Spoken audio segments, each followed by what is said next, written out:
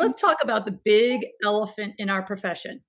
You said that social media is great for awareness. It's great for collaboration. It's great for building a community, sharing resources, lessons. I think our profession, more than any other subject area, has come together and united and has shared, resources across the globe for teachers to be able to use and pick up tomorrow, even during this pandemic. I give so much credit to our profession for coming together. However, the big elephant in our profession, and it's pretty sensitive through some of our social media channels and group pages, is about the talk of bad PE. And I've listened to one of your keynotes, and you, right from the beginning, you have a big image of a white elephant on the screen, and you're like, I'm going to talk about it. Let's talk about that article that came out in January of 2019, late January. And the title of that article from The Atlantic was, now, listeners, don't beat me up on this. This is the title of the article. Gym class is so bad, kids are skipping school to avoid it. It states in the article, and I'm just going to sum it up, PE program was counterproductive. Students were more likely to be bullied in middle school than any other point in their academic careers, and PE presents a particular ripe opportunity for abuse. In this program that they were highlighting in this article, it was a program called Fitness Now. It was a grant that was given to some of these schools that got $10,000 to implement this fitness program. And, all the research says movement, healthier children have an academic advantage over, kids that aren't physically active. But it said that this program resulted in 16% increase in the number of disciplinary actions for each student. Misbehaving students went up by more than 7%. So right away, our profession was, this article's terrible. We got to write the editor. We got to say, but wait a minute. In our profession, there is some bad PE. Mm-hmm. Can you talk about that a little bit about, because I always say about, you're not my colleague if you're abusing kids through exercise and punishing them and, rolling out the ball. You're not my PE colleague. Mm-hmm. So can you elaborate more on that?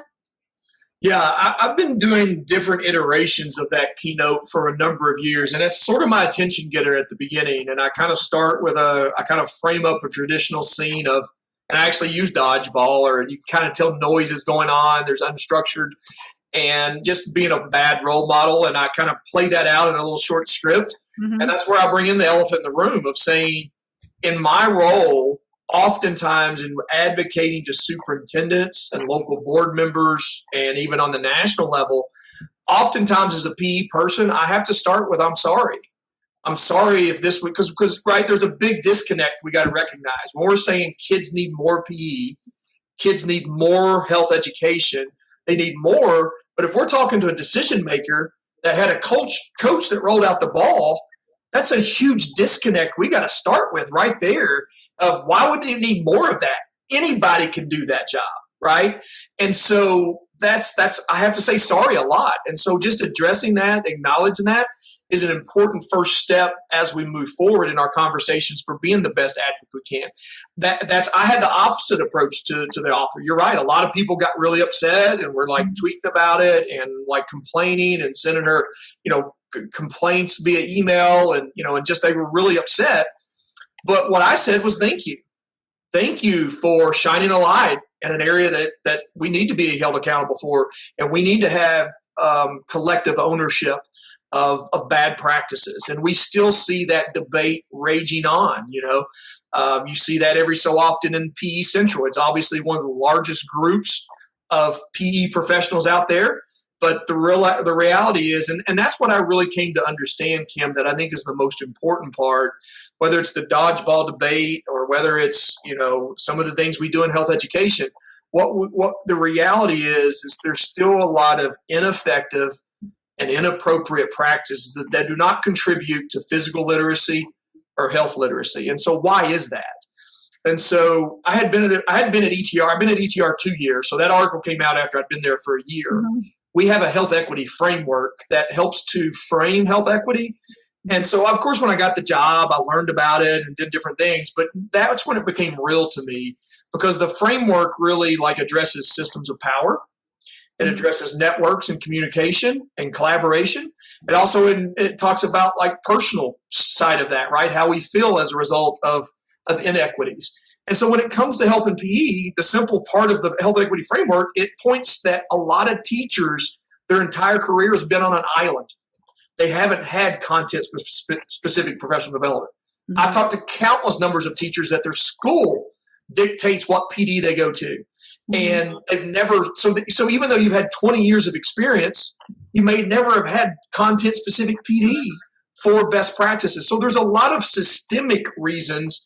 So I think that's the thing we've got to learn to do a little bit, is take a step back when we see people advocating for things that the four of us know have long been proven not good for our profession, and step back and say, well, what's contributed to that, and how is right? And we were talking about that before we came on. Sometimes administrators are just like, well, as long as you don't send me discipline referrals, I don't care what goes on in the PE class. Right.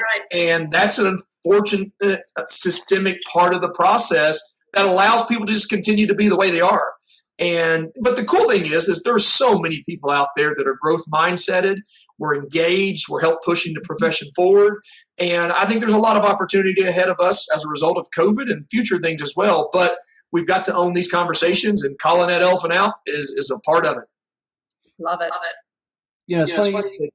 Something that to build off there is true. In all the years that I taught elementary school, I went to one convention, and that was because I had an administrator who was an ex-PE teacher and understood that, yes, you don't need to be going to all the literacy stuff with everybody else and all that stuff. So, I mean, that brings in that Health Moves Minds, hey, I could use that funding to actually attend something that is outside the district for that. And then, you get another administrator that comes in and they do that whole checklist with you. And it's like, but did you really understand what you saw in my gym right now? What you saw might have been chaotic, but it was controlled chaos with a purpose.